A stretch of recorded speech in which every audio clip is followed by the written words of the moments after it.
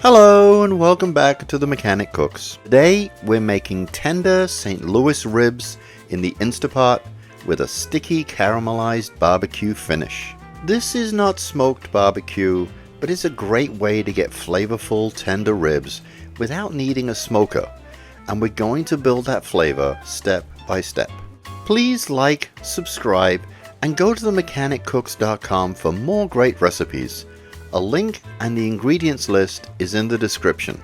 We'll start with the ribs. The first thing to do is to check for the silver skin on the back. That's the thin membrane that can make the ribs chewy and also blocks the seasoning from getting into the meat.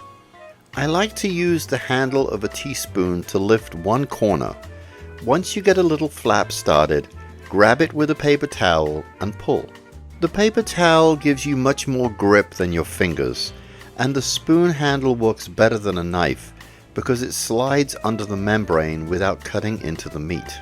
Sometimes the silver skin can be a little stubborn and break while removing it.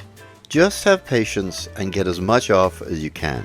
For the rub, I'm using smoked paprika, brown sugar, kosher salt, black pepper, garlic powder, and onion powder.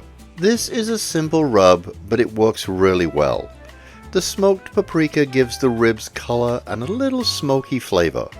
The brown sugar will help the ribs caramelize later under the broiler, and the salt is going to do more than just season the surface. Coat the ribs well, making sure to get into all the folds and around the edges, and don't forget the sides. Once they're coated, wrap them and refrigerate them overnight. The overnight rest is important. Salt slowly works into the meat, seasoning it more deeply, while the brown sugar begins to dissolve and the spices stick more evenly to the surface. In the bottom of the Instapot, place one medium sweet onion cut into 6 wedges. The onions do 2 things. First, they hold the ribs off the bottom so the ribs aren't directly in the liquid. That keeps them from turning into rib soup. Second, the onions flavor the cooking liquid, and we're going to use that later to make the sauce.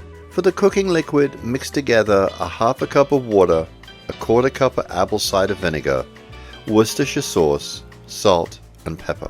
The cooking liquid may seem simple, but each ingredient has a purpose. The water creates the steam the Instapot needs to build the pressure. The apple cider vinegar adds brightness and helps balance the richness of the ribs. And the Worcestershire sauce adds a little extra depth and savory flavor. Vinegar can help tenderize meat, but in this recipe the ribs are really becoming tender from the pressure cooking and the moist heat. Pour that into the pot, then lay the ribs on top of the onions.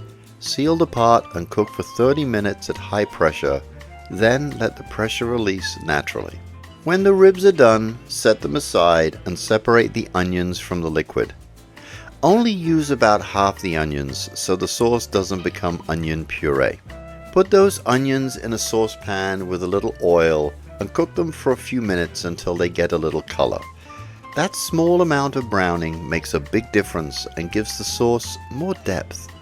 Be careful when you add the onions to the oil. They hold a lot of moisture, so they may splatter at first. Stir them around the pot as they cook so they brown evenly and do not catch in one spot. Add the cooking liquid and simmer until it reduces by about half. Even though we only started with 3/4 of a cup of liquid, by the time the ribs are done, there is almost 2 cups in the pot. That happens because the ribs and onions release a lot of moisture as they cook under pressure. Since the pot is sealed, none of that steam escapes, so all of that extra liquid stays in the pot. Once the cooking liquid has reduced, add the barbecue sauce and stir everything together over low heat, just so the barbecue sauce will dissolve and mix easier. The exact barbecue sauce you use is mostly personal preference, but you do need to take into account what is already in the pot. The cooking liquid already has apple cider vinegar from the braising liquid, and there is also brown sugar from the rub that is washed into the sauce during cooking. That means the final sauce already has some tang and sweetness built in. Because of that, a sweeter, thicker barbecue sauce usually works better than a very sharp or vinegar-heavy one.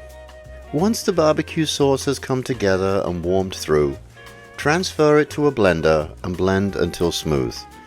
The cooked onions have done their job by adding sweetness and body, but blending them in gives you a much smoother, more uniform sauce without any noticeable pieces. This step helps the sauce coat the ribs more evenly, so when it goes under the broiler, it forms a glossy, consistent layer that caramelizes better and looks cleaner on the plate. To finish the ribs, place the meat side down on a baking tray and coat them generously with the sauce.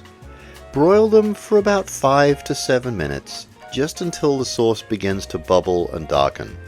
Then turn them over to the meat side up, coat them again and broil for another 5 to 7 minutes.